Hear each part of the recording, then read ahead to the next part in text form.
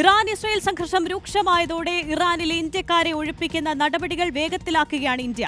ടെഹ്റാനിൽ നിന്നുള്ള വിദ്യാർത്ഥികളുടെ ആദ്യ ബാച്ച് അർമേനിയയിലെത്തി. അടിയന്തര സാഹചര്യത്തിൽ സഹായം ഉറപ്പാക്കാൻ കേന്ദ്ര വിദേശകാര്യ മന്ത്രാലയത്തിൽ 24 മണിക്കൂറും പ്രവർത്തിക്കുന്ന കൺട്രോൾ റൂം തുറന്നു.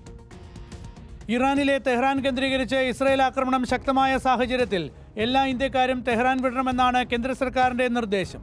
തെഹ്റാനിൽ മാത്രം 1500 വിദ്യാർത്ഥികളെങ്കിലും ഉണ്ടാകുമെന്ന് കേന്ദ്ര സർക്കാർ കരുതുന്നു.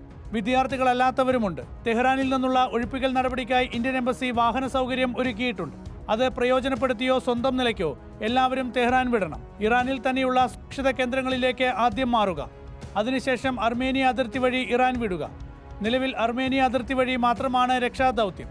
അഫ്ഗാനിസ്ഥാൻ, അസർബൈജാൻ രാജ്യങ്ങളുടെയും സഹകരണം ഇന്ത്യ തേടിയിട്ടുണ്ട്. ഇസ്രായേലിൽ തൽക്കാലം ഒഴിപ്പിക്കൽ നടപടിയില്ല. എങ്കിലും ടെല്ലവീവിലുള്ളവർ സുരക്ഷിതരായിരിക്കണമെന്നും കേന്ദ്ര സർക്കാർ നിർദ്ദേശിച്ചു. അടിയന്തര സാഹചര്യത്തിൽ കേന്ദ്ര വിദേശകാര്യ മന്ത്രാലയത്തിലെ കൺട്രോൾ റൂമുമായി ബന്ധപ്പെട്ട് ഇരു രാജ്യങ്ങളിലുമുള്ള ഇന്ത്യൻ പൗരന്മാർക്ക് വിവരങ്ങൾ കൈമാറാം. എംബസികൾ നൽകുന്ന നിർദ്ദേശങ്ങൾ പാലിക്കാൻ എല്ലാവരും തയ്യാറാകണമെന്നും കേന്ദ്ര സർക്കാർ ആവശ്യപ്പെട്ടു. പശ്ചിമേഷ്യയിലെ യുദ്ധ സാഹചര്യം വലിയ ആശങ്കയാണ് ഇന്ത്യയിലുണ്ടാക്കുന്നത്. കാനഡയിൽ നടന്ന G7 ഉച്ചകോടിയിൽ ഇന്ത്യയുടെ ആശങ്ക ലോക നേതാക്കളെ പ്രധാനമന്ത്രി നരേന്ദ്രമോദിയെ അറിയിച്ചു. സംഘർഷം അവസാനിപ്പിച്ച് നയതന്ത്ര ചർച്ചയിലൂടെ പ്രശ്നപരിഹാരം ഉണ്ടാകണമെന്നതാണ് ഇന്ത്യയുടെ നിലപാട്. PR Sunil, in reporter, Delhi.